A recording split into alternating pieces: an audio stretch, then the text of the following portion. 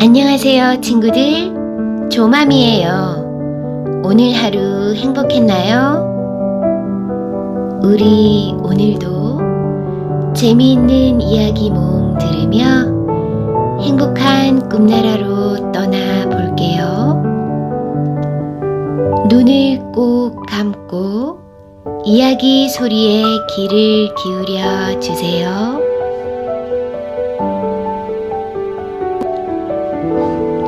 첫 번째 이야기, 벽시 한 돌. 옛날 궁궐 같은 큰 집에 부자 영감님이 살고 있었어요. 얼마나 부자이길래 궁궐 같은 집에 사냐고요? 마을에 있는 논밭 절반이 부자 영감님 것이었지요. 돈도 많고 귀하디 귀한 쌀도 창고에 가득하니 아주 큰 부자이고 말고요. 그런데 이 영감님도 원래부터 부자는 아니었대요. 그럼 그 많은 재산을 어떻게 가지게 되었냐고요? 부지런히 일해서 알뜰살뜰 돈을 모으고 신통방통한 지혜로 요리조리 돈을 굴려 큰 돈을 모았다지요.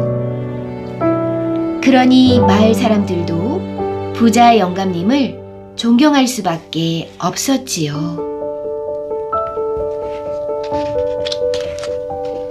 하지만 많은 재산을 가진 부자 영감님에게도 걱정이 있었어요. 부자 영감님에게는 아들이 3명 있었는데 글 공부를 죽어라 싫어하고 매일 놀기만 좋아했지요. 흐유, 재산이 많으면 무엇하나. 내가 죽으면 이 귀한 재산들을 아들들이 몽땅 날려버릴 텐데. 부자 영감님은 한숨을 푸 내쉬고는 눈을 질끈 감았어요. 돈 귀한 줄도 모르고 펑펑 쓰기만 좋아하니 원.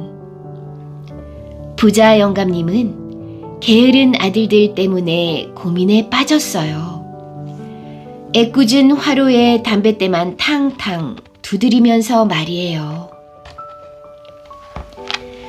날이 갈수록 근심이 더해진 부자 영감님은 집 밖으로 잘 나가지도 않고 방에 콕 박혀서 끙끙 앓기만 했어요. 그러던 어느 날 부자 영감님의 생일이 되었어요. 아이고, 답답해라. 방 안에만 있던 부자 영감님은 바람을 쐬러 마루로 나왔어요. 부자 영감님은 음식장만을 위해 분주하게 움직이는 새 며느리를 바라보았어요.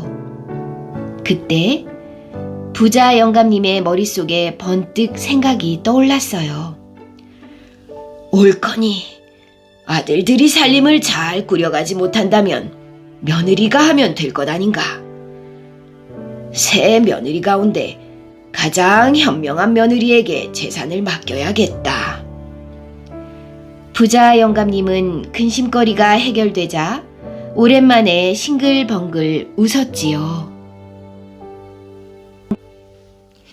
며칠 후 부자 영감님은 새 며느리를 방으로 불렀어요. 그러고는 벽시를 한 톨씩 나누어 주었지요. 자, 이것을 받아라. 새 며느리들은 부자 영감님이 준 벽시를 조심스레 받았어요. 이것은 벽시 아닌가요? 벽시를 받아든 새 며느리들은 고개를 갸웃거렸어요. 너희들에게 준 이 벽시는 어떤 돈으로도 살 수 없는 귀중한 것이다. 벽시를 어떻게 쓸 것인지 잘 생각한 후에 소중하게 쓰도록 하여라.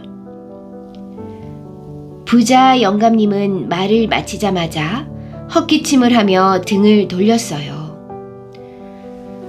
며느리들이 벽시를 잘 써야 할 텐데.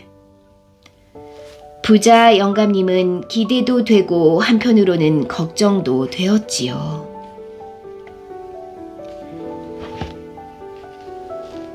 이 벽시가 귀중한 것이라고?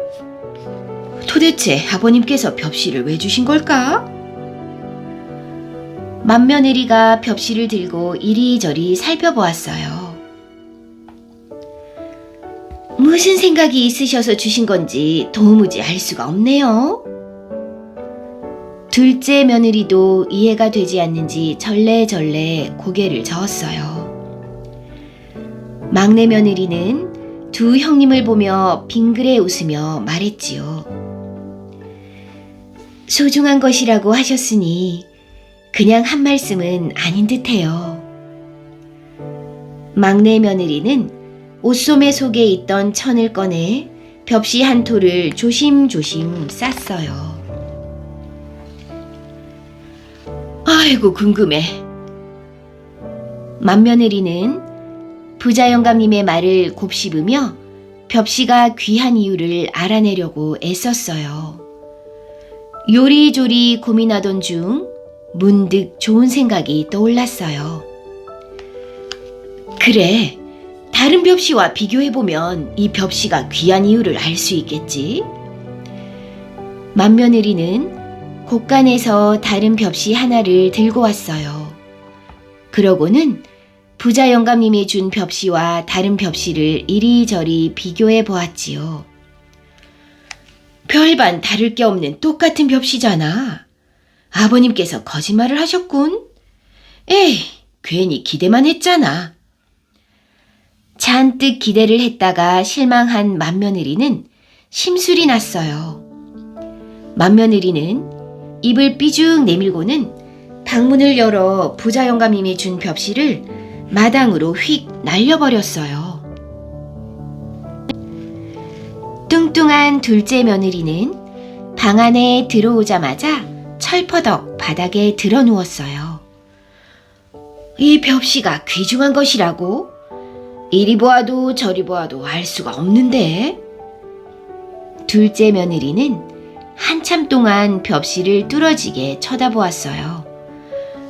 그래, 아버님이 돈으로도 살 수 없는 귀한 것이라고 하셨으니 몸에도 좋겠지. 그러더니 입을 쩍 벌리고는 벽시를 꿀꺽 삼켜버렸어요. 몸에 좋은 것을 먹었으니 잠을 좀 자야겠다. 둘째 며느리는 이내 드르렁드르렁 거리며 잠에 골아 떨어졌어요. 한편 막내 며느리는 두 형님이 방으로 들어가는 모습을 보고 난 후에 방으로 들어왔어요. 그러고는 옷소매에서 벽시를 싼 천을 꺼내 펼쳤어요. 아버님께서 귀한 벽시라고 하셨으니 분명 깊은 뜻이 담겨 있을 거야. 하지만 곧 막내 며느리는 고민에 빠졌어요. 두 형님들께서는 틀림없이 벽시를 소중하게 쓰실 거야.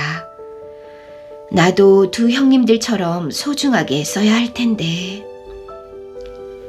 막내 며느리는 요리조리 머리를 굴려보았어요. 옳지, 그 방법이 있구나. 막내 며느리는 조심조심 벽시를 다시 천에 싼 다음 광으로 갔어요. 막내 며느리는 광에서 끈과 바구니를 찾아 마당으로 나왔지요. 그러고는 벽시를 땅바닥에 두고 바로 옆에 바구니를 세워놓았어요. 자, 이제 새가 나타나기만을 기다리면 되겠어. 막내 며느리는 문 뒤로 가서 숨죽이고 기다렸어요. 잠시 후 벽시를 발견한 참새가 짹짹거리며 날아왔어요. 참새가 벽시를 입에 문 순간 막내 며느리는 바구니를 쓰러뜨려 참새를 잡았지요. 그때 마침 집에 달걀을 팔러 온 이웃 아주머니가 이 모습을 보았어요. 어머, 참새가 살이 참 우동통하게 올랐네요. 달걀 하나를 드릴 테니 제게 참새를 팔지 않겠어요? 네, 그렇게 하세요. 막내 며느리는 달걀을 가지고 곧장 닭장으로 갔어요. 암탉아, 이 달걀을 잘 품어다오. 막내 며느리는 달걀을 품은 암탉에게 먹이를 듬뿍 주었어요. 며칠 후 드디어 달걀 껍데기를 깨고 병아리가 나왔어요. 막내 며느리는 갓 태어난 병아리를 자식처럼 보살폈어요. 어느새 병아리는 쑥쑥 자라서 암탉이 되었어요. 암탉은 매일매일 알을 낳았고 알을 깨고 병아리들이 나왔지요. 삐약, 삐약, 삐약, 삐약, 삐약. 갑자기 웬 병아리들이야? 마침 닭장 앞을 지나가던 맏며느리가 하품을 하며 물었어요. 네, 벽시 한 톨이 이렇게 되었어요. 맏며느리는 무슨 말인지 모르겠다는 듯 입을 삐죽 내밀고는 가버렸지요.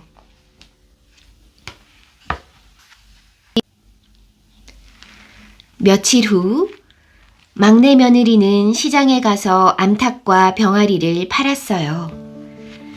자, 이 돈으로 무엇을 살까? 시장 구석구석을 두리번거리던 막내 며느리의 눈에 새끼 돼지가 띄었어요. 그래, 새끼 돼지를 키워봐야겠어. 막내 며느리는 새끼 돼지를 사서 품에 안고 집으로 돌아왔어요. 많이 먹고 튼튼하게 자라렴.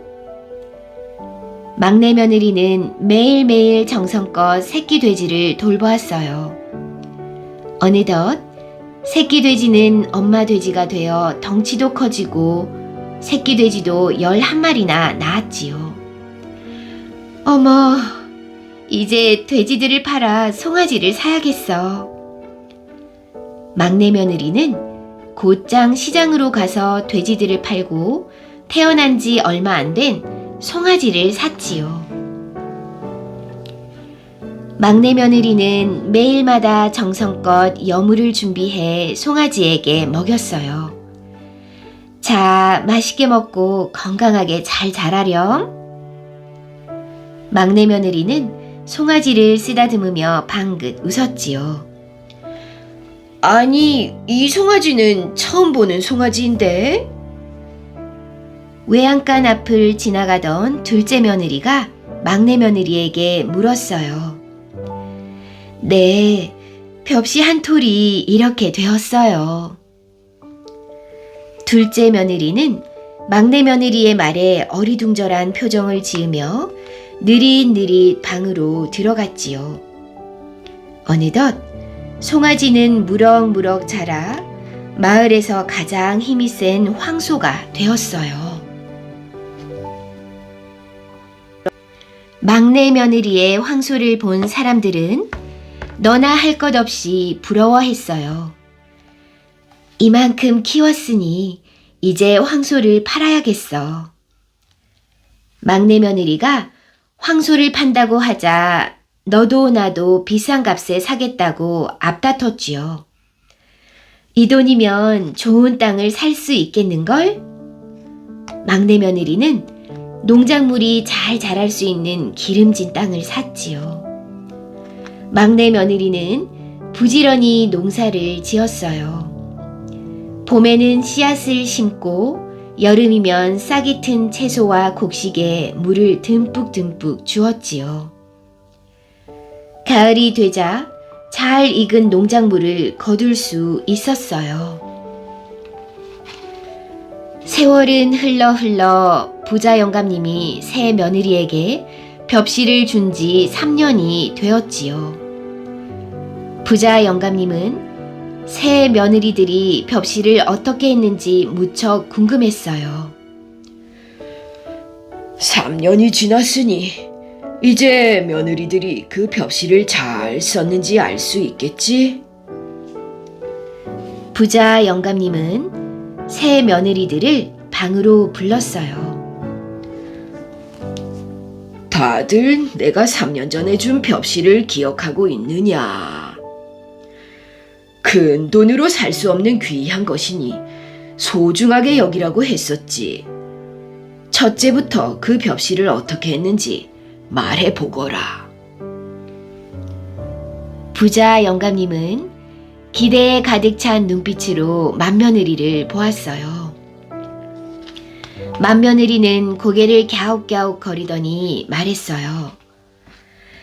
아, 그 벽시 한 톨이요. 아버님은 언제적 이야기를 다른 벽시랑 다를 게 없던데요? 맏며느리가 촐랑대며 말했어요. 그래서 어찌했느냐? 마당에다 휙 던져버렸지요. 부자 영감님은 화가 났지만 꾹 참고 둘째 며느리에게 물어보았어요. 그럼 둘째야, 너는 어떻게 했느냐? 둘째 며느리는 밝게 웃으며 말했어요. 전 형님처럼 벽시를 버리지는 않았지요. 그 대신 아버님께서 귀하다고 하셨으니 몸에도 좋을 거란 생각에 꿀꺽 삼켜버렸어요. 둘째 며느리 말을 들은 부자 영감님은 손으로 가슴을 탕탕 쳤지요. 힘이 쭉 빠진 부자 영감님은 막내 며느리를 바라보았어요. 막내 며느리는 미소를 지으며 묵직한 주머니 하나를 내밀었지요. 아니, 이게 무엇이냐? 아버님께서 주신 귀한 벽시로 모은 돈이랍니다. 막내야, 지금 돈이라고 했느냐? 네, 아버님. 벽시로 참새와 달걀, 병아리, 암탉, 새끼 돼지, 엄마 돼지, 송아지, 황소, 땅을 얻을 수 있었습니다. 또 땅에서 농사를 지은 농작물을 시장에 내다 팔아 이렇게 큰 돈을 얻을 수 있었지요. 막내 며느리는 벽시 한 톨이 어떻게 돈으로 바뀌었는지 차근차근 이야기했어요. 아, 그때 그 병아리가 그럼? 아, 그때 그 송아지가 그럼? 맏며느리와 둘째 며느리는 두 눈이 휘둥그레졌어요. 좋구나, 좋아. 드디어 재산을 잘 돌볼 주인을 찾았구나. 부자 영감님은 기뻐서 덩실덩실 춤을 추었어요. 부자 영감님은 막내 며느리에게 재산을 물려주었어요. 맏아들과 며느리, 둘째 아들과 며느리는 어떻게 되었냐고요? 부자 영감님은 두 아들들 부부에게 집을 나가 10년 후에 돌아오라고 했어요. 그럼 부자 영감님의 재산을 물려받은 막내 며느리는 벽시를 잘 썼듯이 재산도 잘 돌보았을까요? 무르나 마나 막내 며느리가 어찌나 알뜰살뜰한지 해가 갈수록 부자 영감님의 집은 더 큰 부자가 되었지요. 곳간에는 곡식이 그득해서 들어갈 자리가 없을 정도였어요. 게다가 마음씨 고운 막내 며느리는 불쌍한 사람도 도와주어 마을 사람들 모두가 침이 마르도록 칭찬했지요. 한편 두 아들 부부는 어떻게 살았냐고요? 처음에는 살림을 꾸리는 방법을 몰라 배를 쫄쫄 굶기 일쑤였어요. 그러다 보니 벽시 한 톨이 얼마나 귀중한지 깨닫게 되었지요. 그 후부터는 열심히 농사를 지어서 살림을 꾸려갔어요. 10년 후 두 아들 부부는 집으로 돌아왔어요. 하지만 이미 부자 영감님은 유언을 남기고 세상을 떠난 후였지요. 이제 작은 것 하나가 얼마나 소중한지 알 것이니 재산을 똑같이 나누어 가지고 서로 우애 좋게 살거라. 막내 며느리는 부자 영감님의 재산을 똑같이 나누어 두 형님들에게 주었어요. 그 후 세 형제와 며느리들은 오래오래 행복하게 잘 살았답니다.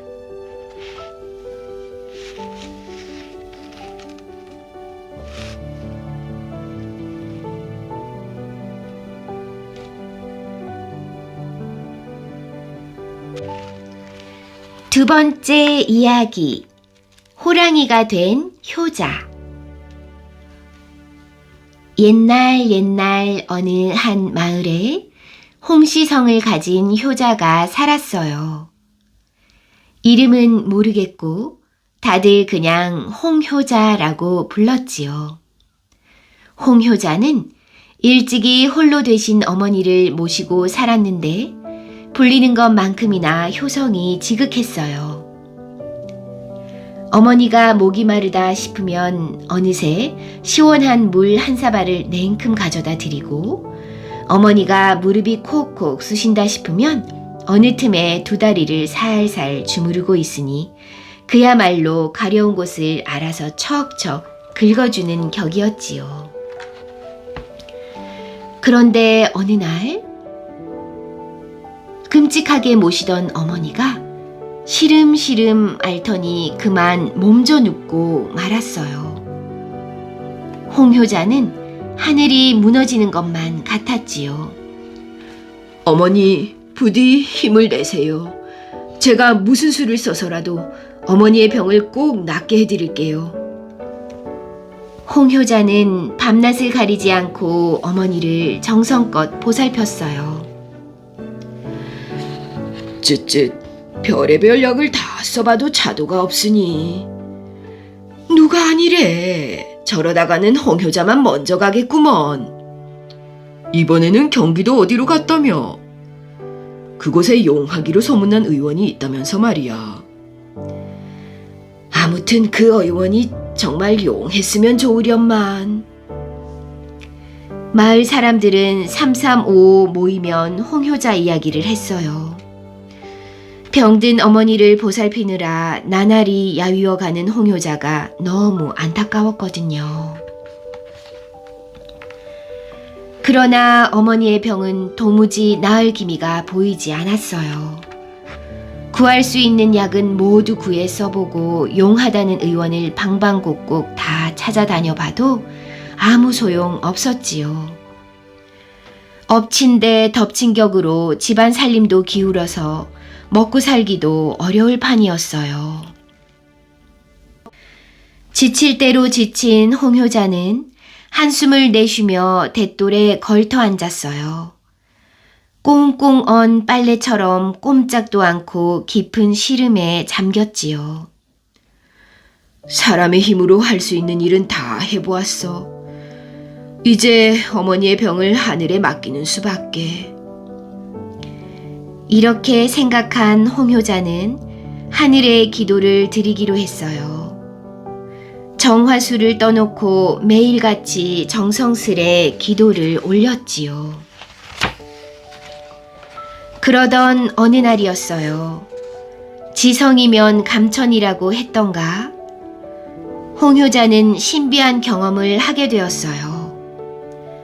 눈에 보이지는 않는데 어디쯤에서 아득하게 소리가 들려오는 거예요. 100마리의 개를 삶아 어머니께 드려라. 지금 당장 뒷산 큰 바위에 가보아라. 그런데 그 소리가 너무나 생생해서 홍효자는 무심코 지나칠 수가 없었어요. 마치 무언가에 이끌리듯 곧장 뒷산으로 올라갔지요. 큰 바위라면 여긴데? 홍효자는 바위 주변을 기웃거렸어요. 하지만 나무하러 다니며 보았을 때와 하나도 다를 게 없었지요. 그럼 그렇지. 내가 꿈을 꾼 모양이야. 홍효자는 피식 쓴 웃음을 지으며 발길을 돌렸어요. 그런데 그때였어요. 바위 및 이끼 사이로 낡은 책 한 권이 보이는 거예요. 이런 곳에 웬 책일까? 홍효자는 고개를 갸웃거리며 오비작오비작 책을 꺼내 보았어요. 아니, 이건? 홍효자의 두 눈이 벼랑간 휘둥그레졌어요.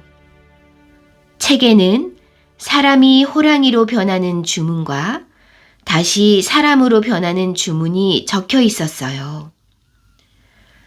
홍효자는 자신에게 일어난 일이 좀처럼 믿어지지 않았지요. 두 눈을 몇 번이나 비벼보고 볼을 몇 번씩 꼬집어 보고서야 책을 갖고 불이 나게 집으로 돌아왔지요. 그날 밤이었어요. 홍효자는 아무도 모르게 밖으로 나와서 책을 보고 중얼중얼 주문을 외워 호랑이로 변했어요. 그러고는 이웃 마을로 달려가서 개 한 마리를 잡아왔지요. 물론 다시 주문을 외워 사람으로 변한 뒤 아무 일 없었다는 듯 잠을 청했어요.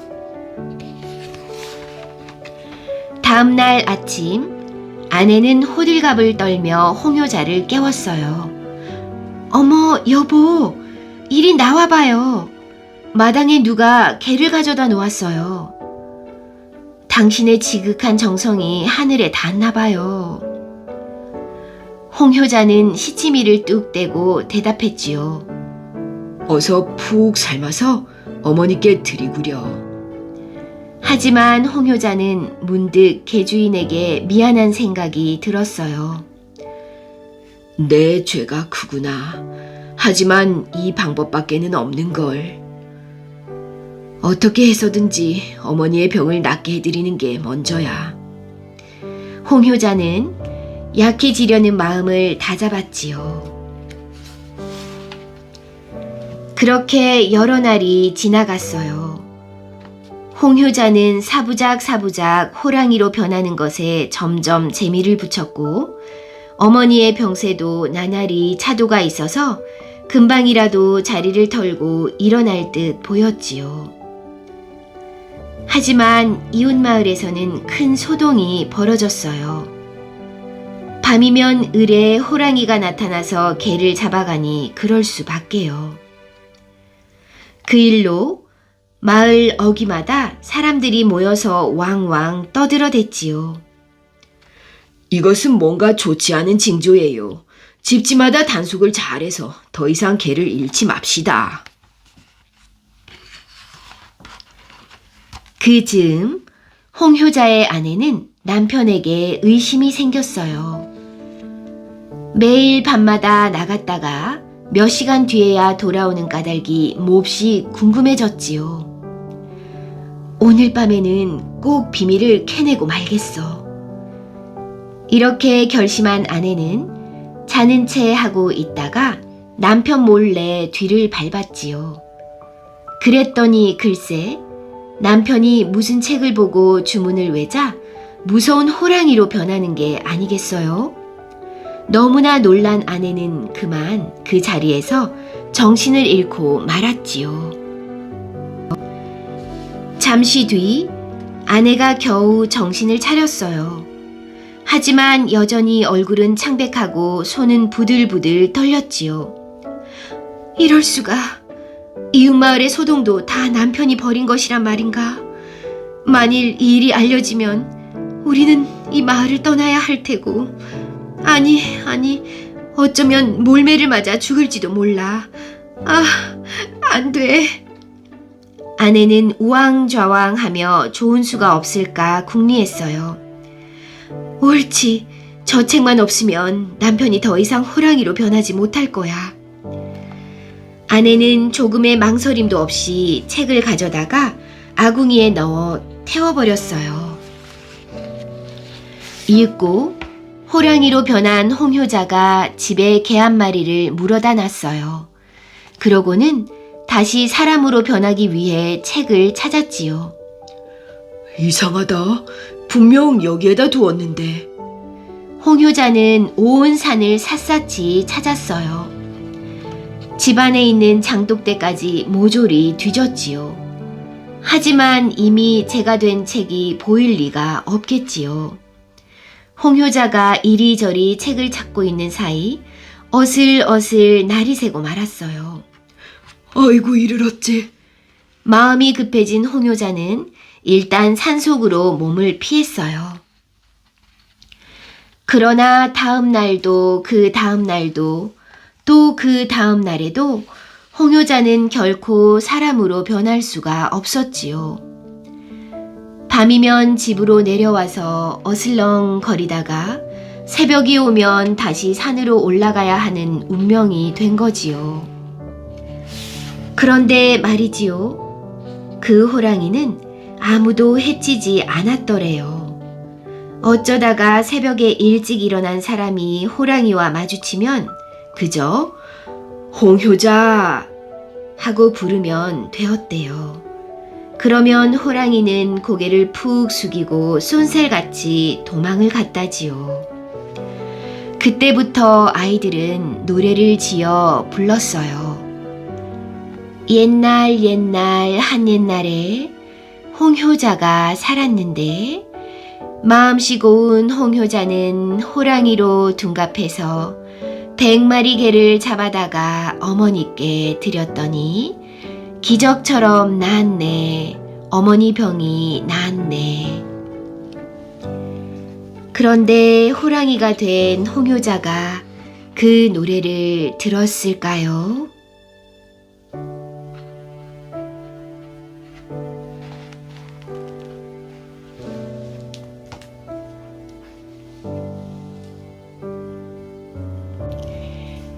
세 번째 이야기, 떡자루와 돈자루.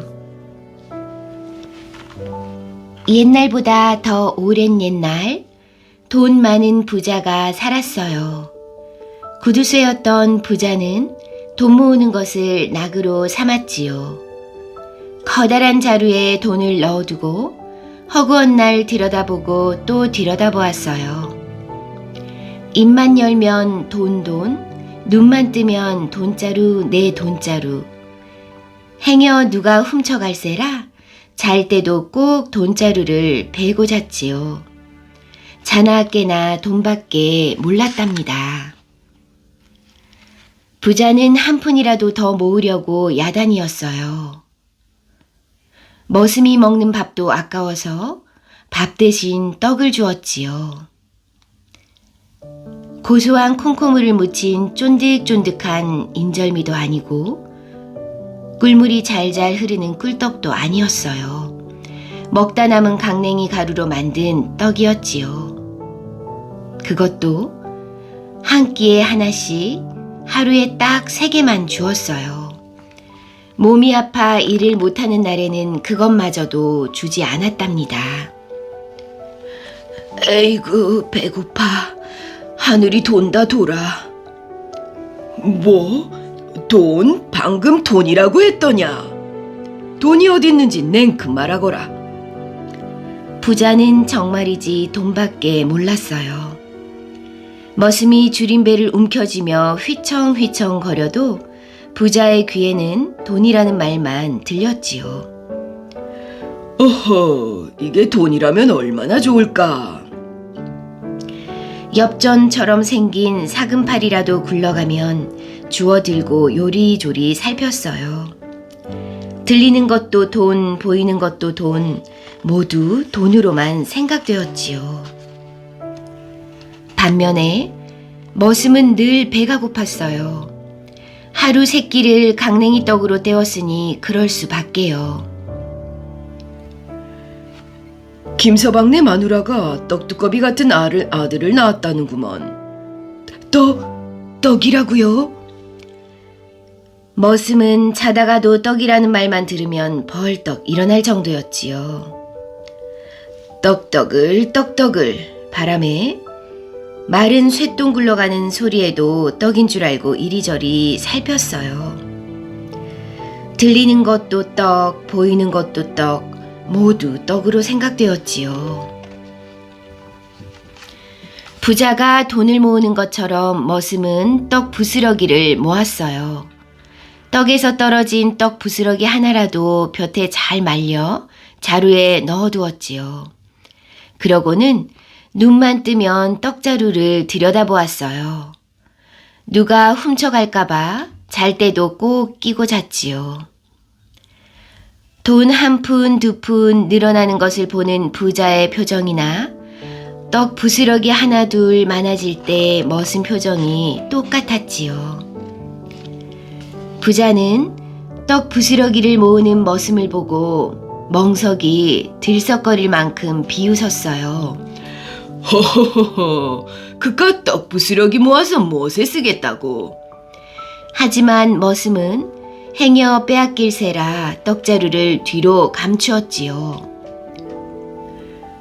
자루를 가득 채운들 한 푼어치나 되겠느냐? 가져가라고 사정해도 안 가져간다. 부자는 머슴이 한심스러운 듯 비아냥거렸어요. 그러나 머슴은 부자가 무슨 소리로 구박을 해도 계속해서 떡 부스러기를 모았지요. 티끌 모아 태산이라고 어느새 머슴의 떡 부스러기도 한 자루 가득 되었지요. 그해 여름은 비가 아주 많이 왔어요. 몇 날 며칠을 계속 비가 내렸지요. 보슬보슬 내리는 보슬비도 아니고 살포시 내리는 색시비도 아니었어요. 장대처럼 굵고 거센 장대비가 쫙쫙 내렸지요. 처음에는 해마다 이맘때면 내리는 비련이 생각했지요. 그런데 많이 와도 이만저만 오는 게 아니었어요.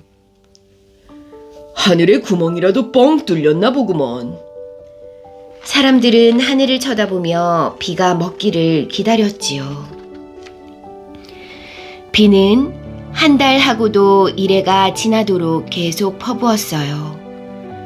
논밭이 물에 잠기더니 길과 집까지 잠기기 시작했지요. 이러다 물에 빠져 죽겠어. 마을 사람들은 물을 피해 산꼭대기로 피난을 가기로 했어요. 사람들은 저마다 제일 귀한 것을 짊어지고 산꼭대기를 향해 걸어갔어요. 부자와 머슴도 사람들을 따라 산꼭대기로 피난을 갔지요.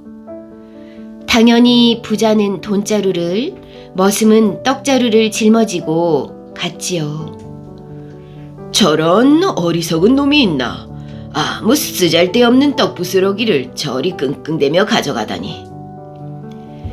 부자는 머슴을 보고 혀를 찼어요. 그러나 머슴은 부자가 그러거나 말거나 떡자루를 짊어지고 갔지요. 산꼭대기에 도착하자 부자는 나무 밑에 있는 넓적한 바위에 자리를 잡았어요.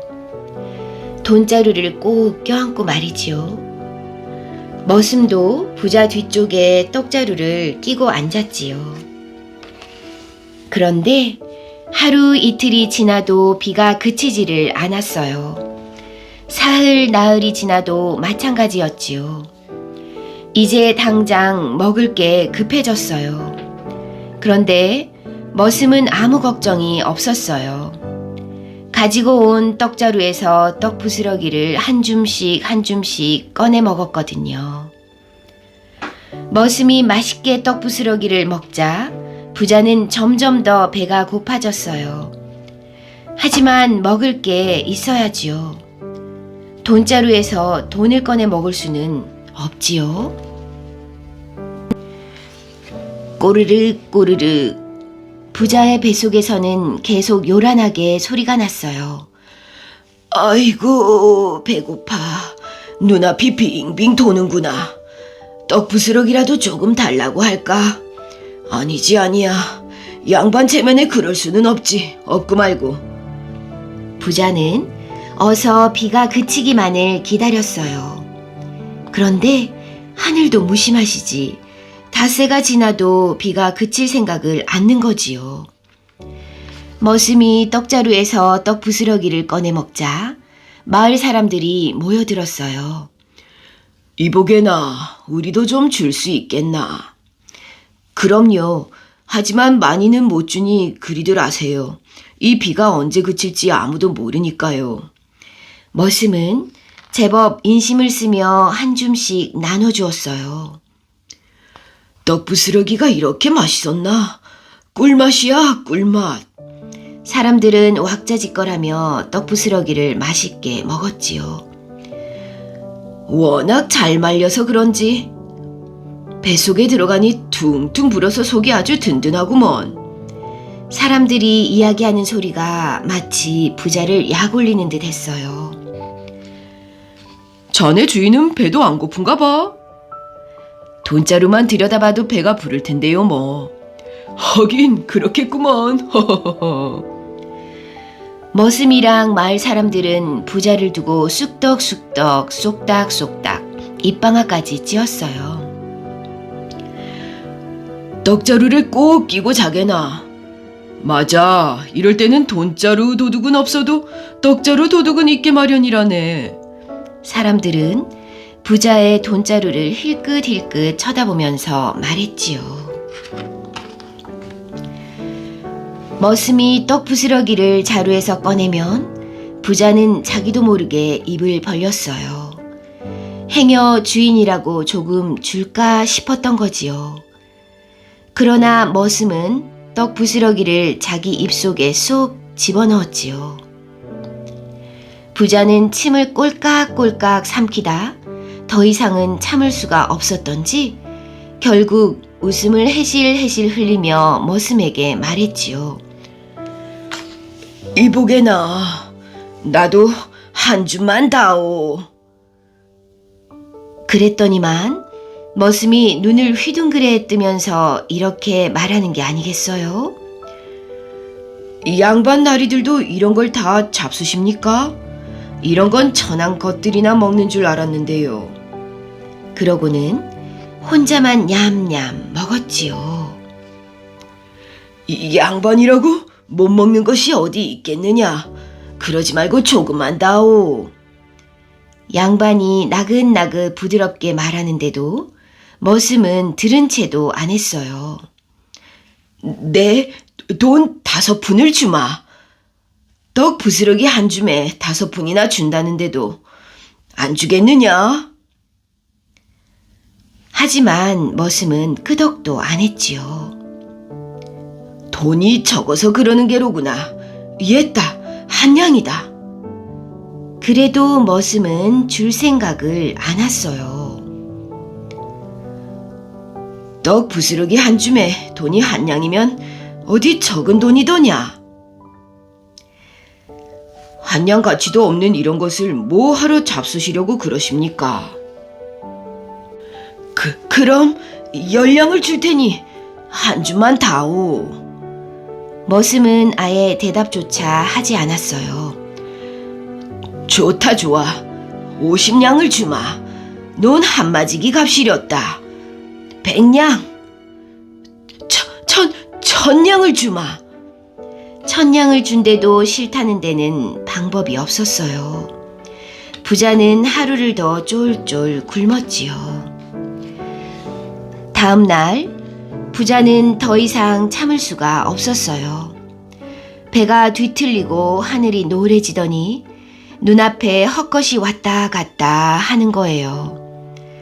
그런데 머슴은 입맛까지 쩝쩝 다시며 떡 부스러기를 맛있게 먹고 있었지요. 부자는 돈자루를 들고 비척비척하며 머슴에게 다가갔어요. 그러고는 돈자루를 머슴에게 턱 안겨주며 사정했어요. 이보게나. 이 돈자루를 몽땅 줄 테니 제발 떡 부스러기 한 줌만 주게. 그제야 머슴은 못 이기는 채 하며 떡 부스러기를 한 줌 집어주었어요. 아이고 고맙네 고마워. 부자는 허겁지겁 떡 부스러기로 줄인 배를 채웠지요. 그런데 잠시 후 얄밉게도 비는 뚝 그쳤고 물도 빠지기 시작했어요. 사람들은 안도의 한숨을 내쉬며 산을 내려갔지요. 물론 머슴은 돈자루를 짊어지고 부자는 빈손으로 내려갔어요. 부자는 자신이 얼마나 한심했을까요? 그토록 애지중지하던 돈자루를 한 푼어치도 안 된다며 우습게 여겼던 떡 부스러기 한 줌과 바꿨으니 말이에요. 그 후로 부자는 더 이상 욕심부리지 않고 사람들에게 베풀며 착하게 살았답니다.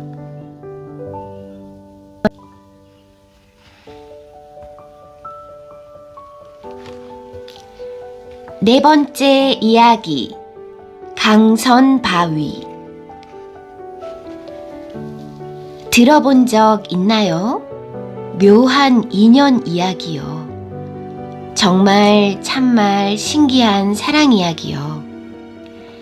아주 오랜 옛날 공기 맑고 푸른 숲이 우거진 아름다운 곳에 신선이 내려와 놀았다는 바위가 있었는데, 휘영청 달밝은 밤이면 무지갯빛이 안개처럼 자욱하게 어리고 어디선가 그 빛을 타고 꿈속인 듯 신비한 음악 소리가 들렸어요. 그 음악 소리에 맞추어 하얀 학들이 날아들어 당실거릴 때면 하늘에서 신선들이 봉황을 타고 내려왔지요. 그러고는 바위에 내려앉아 검은 고를 타며 피리를 불었답니다. 오늘이야, 오늘. 어서 가자고. 그려. 얼마나 기다리고 기다린 날인데. 마을 사람들은 부랴부랴 숲으로 향했어요. 그러고는 멀리 보이는 바위를 향해 간절하게 기도를 올렸지요. 올해는 꼭 풍년이 들게 해주십시오. 나이 꽉 찬 우리 큰딸 부디 좋은 신랑 만나 시집가게 해주십시오. 우리 부모님 건강하게 오래오래 사시게 살펴주소서. 사람들의 소원은 끝이 없었어요. 마을의 외딴 집에 사는 눈먼 처녀도 소원을 빌고 싶었지요. 난 바위가 아니라 바위에 내려온 신선을 찾아갈 테야. 기필코 신선을 찾아가 자신의 처지를 말하리라 다짐하고 있었어요. 눈먼 처녀는 지팡이를 들고 더듬더듬 집을 나섰지요. 휘영청 밝은 달도 처녀에게는 아무런 소용이 없었어요. 그저 아득하게 들려오는 음악 소리를 따라 아슬아슬 걸음을 옮겼어요. 아, 어쩜 음악이 저리도 아름다울까. 눈먼 처녀는 음악 소리에 취한 듯 했어요. 아야! 가시에 쿡 찔려 피가 나도, 아이고, 발을 헛디뎌 휘우뚱 넘어져도 처녀는 단 한 번도 멈춰서지 않았어요. 이런 처녀의 애처로운 모습이 피리를 불고 있던 어느 신선의 눈에 띄었어요. 술에 취한 듯 비틀거리는가 하면 다리를 저는 것 같기도 하고 저런 앞을 못 보는구나. 신선은 저도 모르게 몸을 일으켜 세웠어요. 그러자 다른 신선들이 얼른 옷소매를 잡으며 말렸지요. 이보게, 무슨 일을 하려는 건가? 어서 안 깨나. 쓸데없는 동정심은 거두게나 인간과 접촉하면 다시는 하늘로 올라가지 못한다는 사실을 모르는가? 하지만 그 신선은 다른 신선들의 손을 뿌리치며 허둥지둥 처녀에게 달려갔어요. 그러고는 처녀의 손을 잡아주며 말을 건넸지요. 저 낭자 어디를 가려고 하십니까? 예, 저는 앞을 보지 못합니다. 그래서 바위에 내려와 계신 신성께 소원을 빌어보려고요. 그렇다면 다른 사람의 도움이라도 받을 것이지. 혼자 사는 처지라. 신선은 처녀의 말에 더욱더 마음이 아팠어요. 낭자, 어서 낭자의 집으로 갑시다. 날이 새기 전에 제가 낭자의 눈을 치료해 드리리다. 혹시 의원님이신가요? 말씀은 고맙지만 제 눈은 사람의 힘으로는 치료할 수가 없답니다. 괜찮다면 저를 신선들이 있다는 바위로 데려가 주시겠어요? 낭자, 제 말을 한 번만 믿어주시겠소? 정말 낭자의 눈을 밝게 해줄 수 있습니다. 정말인가요? 하지만 눈먼 처녀는 고개를 살래살래 흔들었어요. 그러나 곧 신선의 손에 이끌려 집으로 돌아가야 했지요. 눈먼 처녀의 집에 도착한 신선은 옥황상제에게 기도를 했어요. 꼼짝도 않고 앉아서 간절하게 눈물의 기도를 올렸지요. 그렇게 몇 시간이나 흘렀을까요?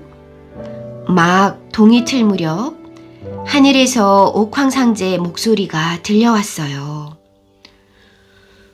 사랑하는 아들아, 너를 잃은 슬픔이 바다보다도 깊구나. 비록 하늘의 법을 어기기는 했지만 너를 용서하고 그 처녀의 눈을 뜨게 하려고 한다. 부디 그 처녀와 행복하게 살아라. 감사합니다, 아바마마. 신선은 하늘을 향해 몇 번이고 절을 했어요. 곧이어 새벽을 알리는 닭 울음소리가 희미하게 들려왔어요. 처녀는 잠에서 깨어났어요. 하지만 그날은 다른 날과 전혀 다른 새 날이었어요. 가느다랗게 뜬 눈에 희뿌연 무엇인가가 보이기 시작했거든요. 처녀는 떨리는 마음으로 두 눈을 꼭 감았다가 다시금 살며시 떠보았어요. 아, 보인다, 보여. 아, 눈이 부셔. 저 환한 것이 태양이로구나. 어머나, 이것은... 처녀는 복숭아 나무 아래서 발을 멈추었어요. 탐스러운 꽃송이들이 금방이라도 머리 위로 나푼나푼 흩날릴 것만 같았거든요. 그때 신선이 다가와 말했어요. 그건 복숭아 나무랍니다. 귀신을 쫓는 신선의 나무라고 하지요.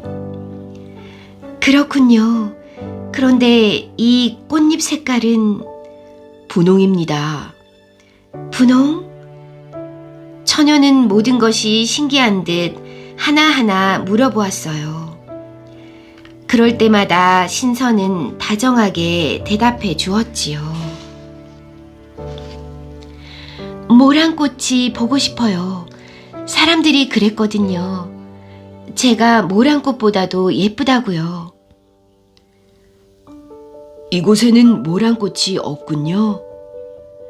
그러면 팔딱팔딱 개구리는요? 저기 저것 좀 보세요. 파르스레한 개구리가 인사라도 하려는 듯 울음주머니를 볼록거리고 있네요. 처녀는 눈길 닿는 곳마다 입을 다물지 못했어요.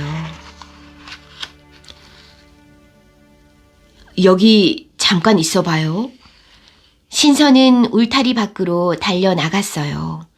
그러고는 철쭉꽃을 한아름 꺾어왔어요. 당신께 이 꽃을 바치리다. 신선은 무릎을 꿇고 앉더니 처녀에게 꽃을 건넸어요. 꽃이 정말 아름다워요. 꽃이 아름답게 보이는 것은 낭자의 마음이 아름답기 때문이라오. 처녀는 부끄러워 고개를 떨어뜨렸어요. 잠시 뒤 처녀가 떨리는 목소리로 수줍게 물었어요. 그런데 제 눈을 뜨게 하신 당신은 누구신가요? 낭자의 눈을 뜨게 한 건 제가 아니랍니다. 낭자의 마음이 갸륵하여 옥황상제께서 그대의 소원을 들어주신 거지요. 아니에요. 당신이 저를 위해 간절히 기도해 주신 덕분일 거예요. 콩콩 쿵쿵 심장이 뛰네. 올랑올랑 울렁울렁 사랑이 오네. 새들이 포르르 찾아와 지지배배 지지배배 노래를 불렀어요. 봄 향기 가득 실은 바람도 솔솔 불어왔지요. 새들의 노랫소리와 바람의 춤사위가 이슬 먹은 복숭아 나무를 살살 간지렸어요. 팔랑팔랑 분홍빛 꽃비가 내렸지요. 모든 것들이 두 사람의 사랑을 축복해 주었어요. 그날 이후로 바위에는 신선들이 내려오지 않았대요. 하지만 사람들은 그 바위를 강선바위라고 부르기 시작했어요. 신선들이 내려오는 바위라는 뜻에서 말이지요.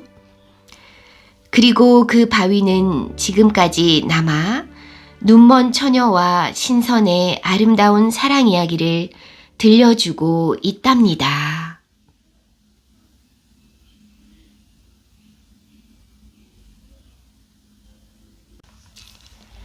다섯 번째 이야기, 아름다운 가치가 담긴 탈무드.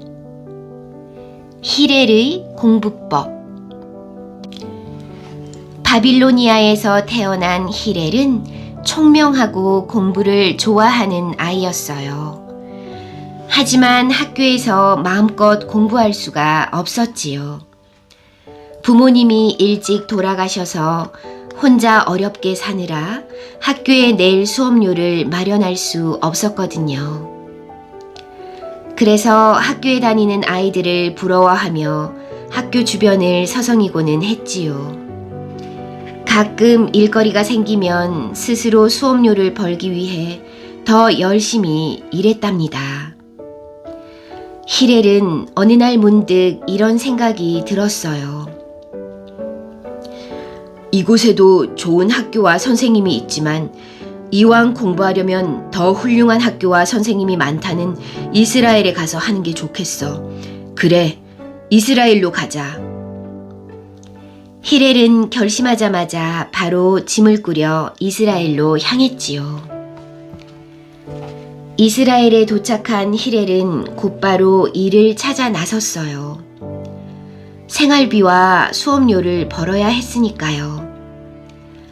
그러나 일거리를 찾기란 쉽지가 않았어요. 당시 이스라엘은 로마의 지배를 받고 있어서 이스라엘 사람들 대부분이 형편이 좋지 않았답니다.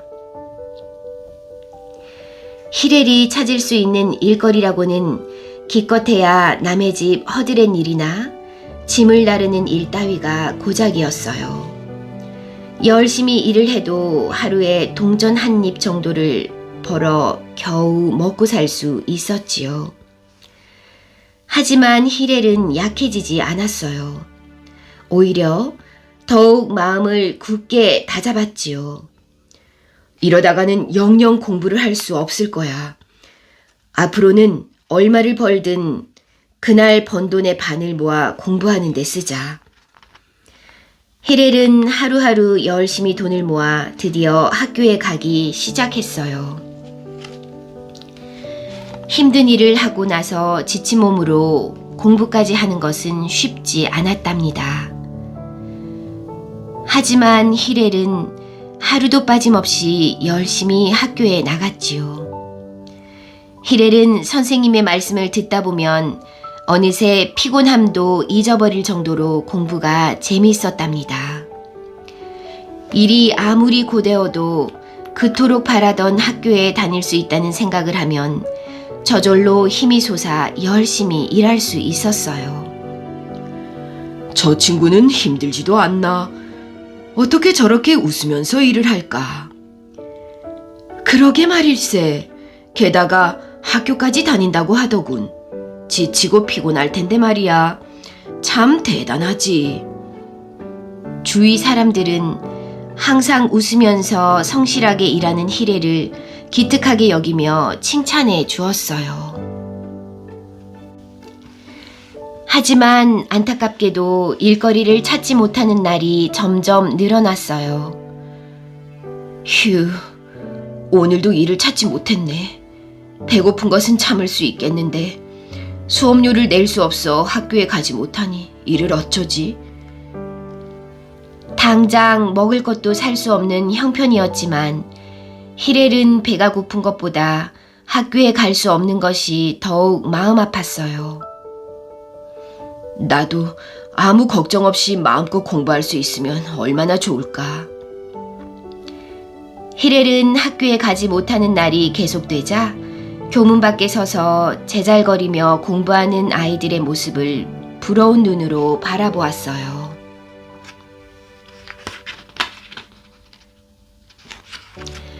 오늘도 일거리가 없구나. 수업료를 내지 못하니 학교에 들어갈 수도 없고 수업을 꼭 듣고 싶은데. 그날도 히렐은 생각에 잠긴 채 힘없이 터벅터벅 학교로 발걸음을 옮겼어요. 어떻게 하면 공부를 계속할 수 있을까?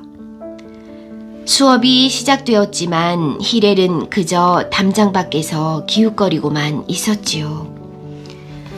그러다 문득 학교 지붕에 난 창문을 보고 좋은 생각이 떠올랐어요. 그래, 지붕 위에 올라가 보자. 저 창문으로 선생님 말씀이 들릴지도 몰라. 또 저기라면 아무도 모르게 수업을 들을 수 있을 거야. 히렐은 당장 지붕 위로 올라가 창문에 귀를 기울여 보았어요. 그러자 작게나마 선생님의 목소리가 들려왔지요. 수업을 들을 수 있다는 생각에 히렐은 뛸 듯이 기뻤어요. 그 뒤로 히렐은 학교 지붕 위로 올라가서 선생님의 가르침을 들었어요. 창문에 귀를 대고 수업을 듣다 보면 시간 가는 줄도 몰랐지요. 이렇게라도 선생님 말씀을 들을 수 있다니 난 정말 운이 좋아. 찌는 듯한 여름 더위도 히렐의 열정을 꺾지는 못했어요. 히렐은 땀을 뻘뻘 흘리며 창문을 통해 흘러나오는 선생님의 가르침에 귀를 기울였지요. 그렇게 공부하는 동안 어느덧 계절이 바뀌어 겨울이 되었어요.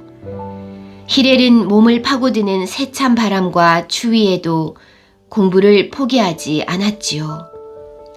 히렐은 수업을 들을 수 있다는 사실만으로도 행복했기 때문에 더위도 추위도 견딜 수 있었답니다. 히렐에게는 더위나 추위가 주는 괴로움보다 선생님의 말씀을 듣고 배우는 기쁨이 훨씬 컸으니까요. 어느 추운 겨울날이었어요. 그날도 히렐은 학교 지붕 위로 올라가 창문을 통해 수업을 듣고 있었지요. 아, 손 시려워. 정말 춥구나. 매서운 추위는 히렐의 손과 발을 꽁꽁 얼어붙게 만들었지요.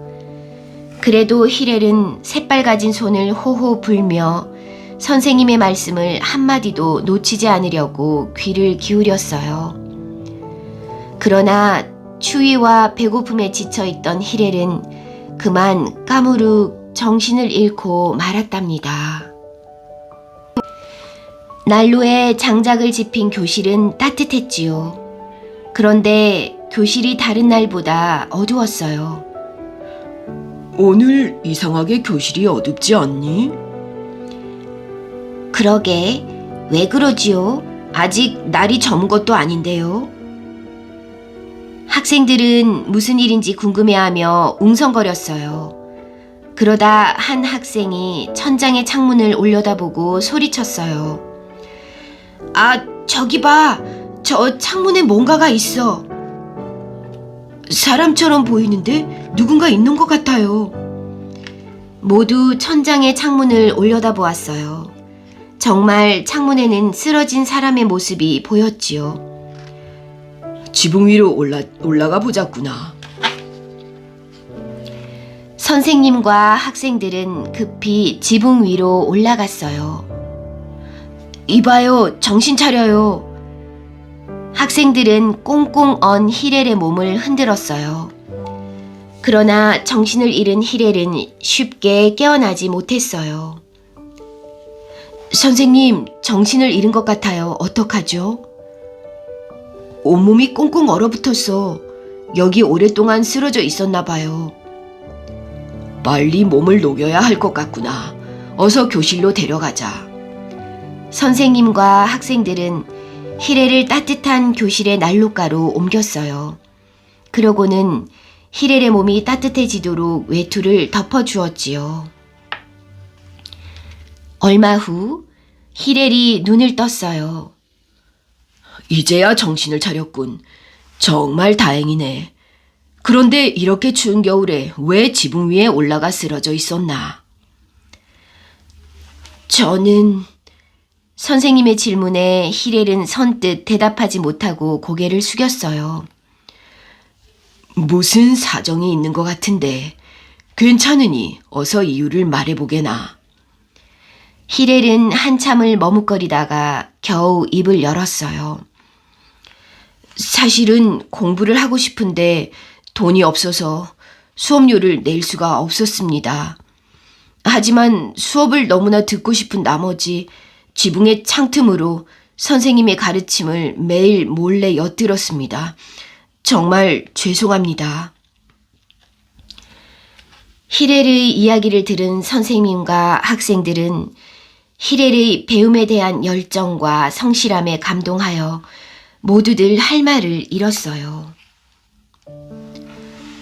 저렇게 공부를 하고 싶어 하는데 내가 도울 수 있는 방법이 없을까?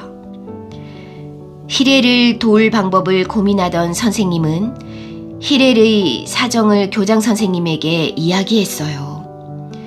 교장 선생님은 깜짝 놀라 되물었어요. 아니, 그게 정말입니까? 저런, 그토록 공부하고 싶어 하는데 수업료가 없어서 학교에 다닐 수 없다니. 곰곰이 생각에 잠겨있던 교장 선생님은 잠시 후 히렐을 불렀어요. 교장 선생님은 히렐을 향해 활짝 웃으며 말했어요. 자네처럼 성실한 학생이 수업료 때문에 공부할 수 없다는 건 말이 안 되지. 이제부터 수업료는 받지 않을 테니 학교에서 마음껏 공부하게나. 교장 선생님은 히렐이 수업료를 내지 않고도 학교에 다닐 수 있게 해주었어요. 고맙습니다. 정말 고맙습니다. 히렐은 교장 선생님께 몇 번이나 고개를 숙이며 인사했어요. 이제는 걱정 없이 공부할 수 있겠구나. 교실에 앉은 히렐은 마음껏 공부할 수 있다는 사실에 가슴이 벅차올랐어요.